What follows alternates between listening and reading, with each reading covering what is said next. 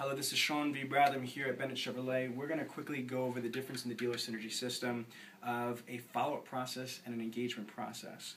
The follow-up process is just a methodical, overwhelming blitzkrieg of methodical follow-up. For the first 31 days, it's email, phone call, email, phone call, email, phone call, email, phone call, email, phone call, email, phone call, email, phone call. And the reason why we do that is the hardest part of this whole internet department is getting somebody on the phone. J.D. Power says that the average connection ratio is about 11 to 14% on the phone calls. So if I make 120 outbound phone calls, or you, my team, make 120 outbound phone calls, statistically you're only going to get at 11 to 14% connection, roughly about, 14 to 17 bodies on the phone. Make sense? Okay, that's the fact one. Fact two is your email read-open rate. If you send out X amount of emails, if you send out 100 emails in a day, if your read-open rate is only 15 or 18%, you're only talking about 15 to 18, emails out of 100 emails even get opened. Does that make sense? Yes.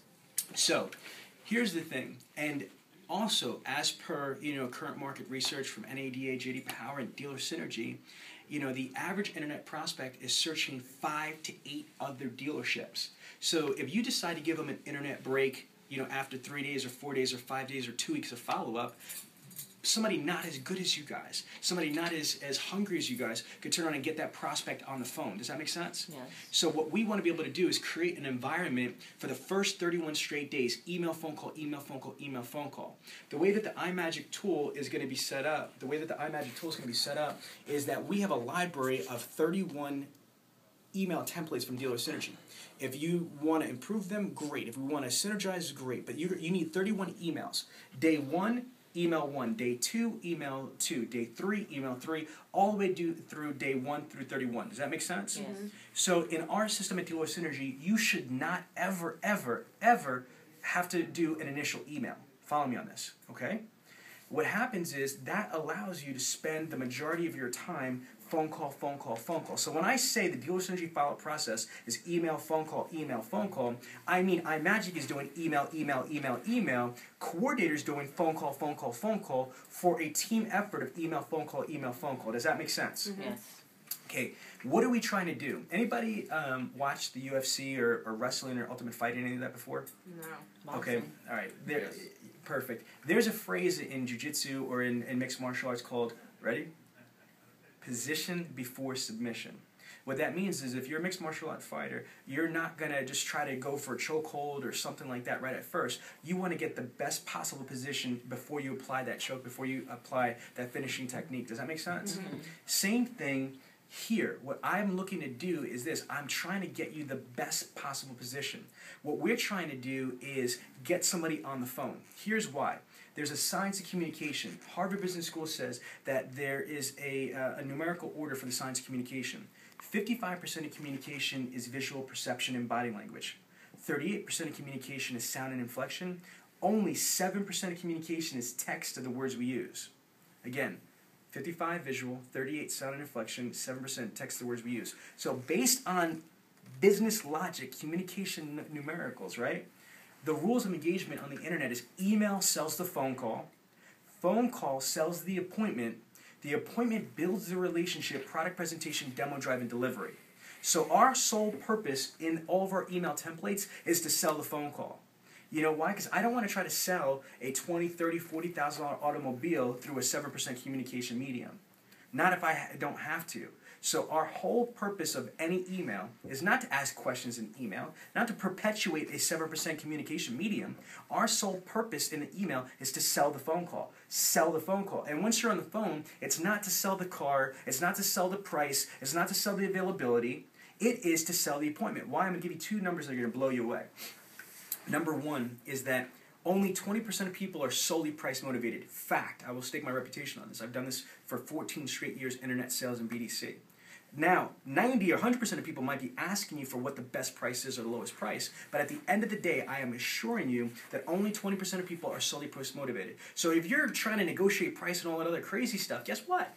you're not really focusing on the other stuff, the value that you have to offer. Make sense? Mm-hmm. And here's a second number that's going to blow you away. Over 80% of people that submit an internet purchase request are going to wind up buying something different. I'm going to repeat that. Over 80% of people that submit an internet purchase request today and any day are going to buy something different. How's that possible, Sean? Because the car is not available. They're upside down on the trade. They can't afford the car. They can't afford the down payment. They can't afford the monthly payments.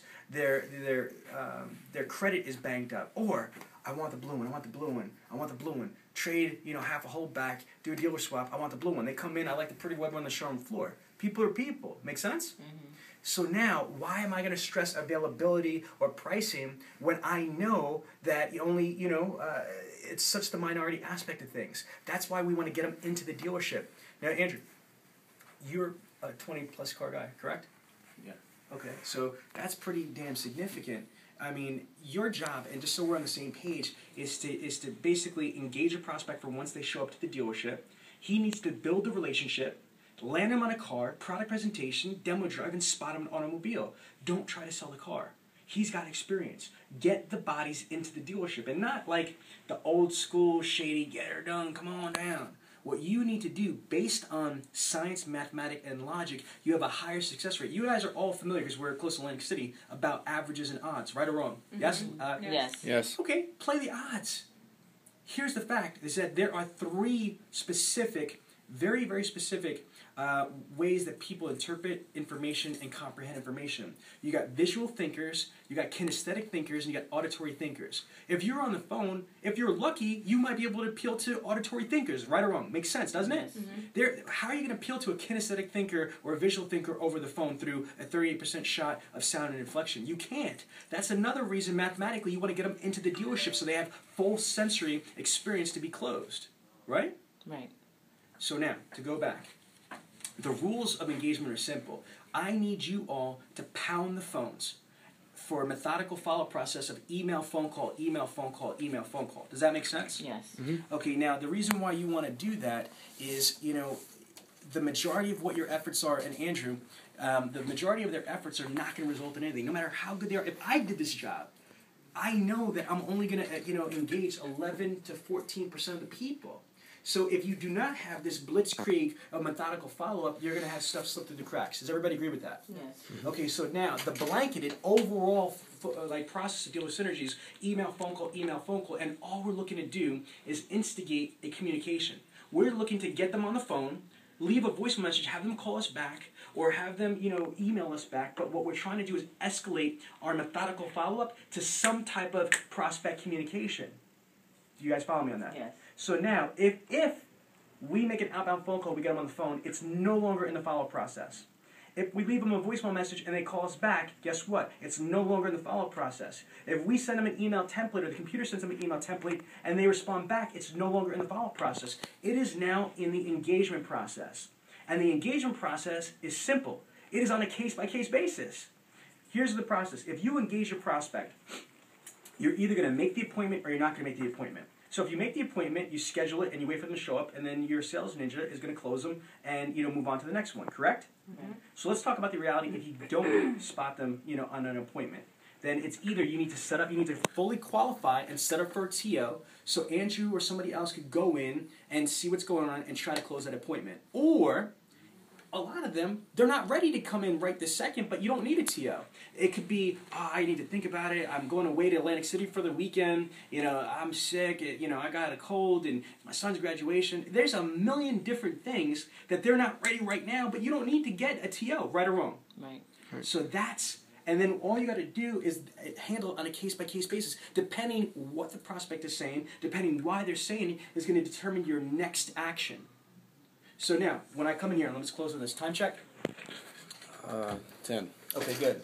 So when I come in here, after I turn around and handle my appointment board or my reminder board, I'm going to go in, I'm going to handle my fresh leads. Now follow my logic here. I'm going to try to call people back that are the freshest leads first because those are the hottest prospects. The faster my closing ratio, the higher my closing ratio is. The faster my response time, is the higher my closing ratio is. I respond fast. How fast? I want you to call somebody and they're like, damn! I just pressed enter. You know what you need to say? Sorry for the delay. Straight up. That's how fast I want you to respond. Because if you're not doing a product presentation, demo drive, chasing steps, or doing any of that other stuff, if you're in this room, you should never be a 10-minute or 15-minute response time. It should be instantaneous. You should always be cognizant about fresh leads coming through. So after you handle your fresh leads, you want to look at your responses. You want to look at your responses to see, what people are responding back. Then you want to handle your follow-ups, which are people who are 31 days or less with verbal communication. Why? Because those are all the ones that are in case-by-case basis. You're going to click this button, and you're going to go through. You got 33 people. You're going to click and see where you're at. Can I call them? Can I call them? Can I call them? And you have a higher shot of getting them again because you've already got them, right? Mm-hmm. And then after you've done that, then you're going to go to all your fresh leads, but you have not got a chance to get them on the phone. And you're going to go phone call, phone call, phone call, phone call, phone call, phone call, phone call. And after you've done all the 31 days or less with a phone number, you're going to go to your past due, and you're going to follow up with leads that are age 32 to age 90. And guess what? You're going to keep doing it again and again and again. Stop tape.